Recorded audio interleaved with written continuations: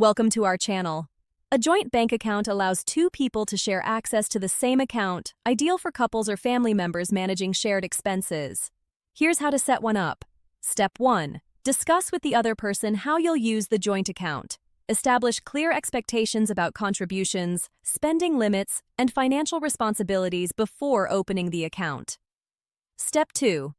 Choose a bank or credit union that meets both account holders' needs. Consider factors like fees, branch locations, online banking features, and customer service quality. Step 3. Gather required documents for both account holders, including government-issued photo IDs, social security numbers, and proof of address like utility bills.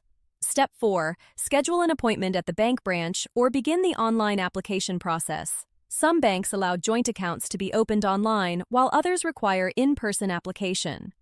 Step 5. Complete the account application with both account holders present or participating. You'll both need to sign the account agreement and provide your personal information. Step 6. Decide on the type of joint account ownership. Most are joint with rights of survivorship, meaning the surviving owner automatically inherits the account if one owner passes away.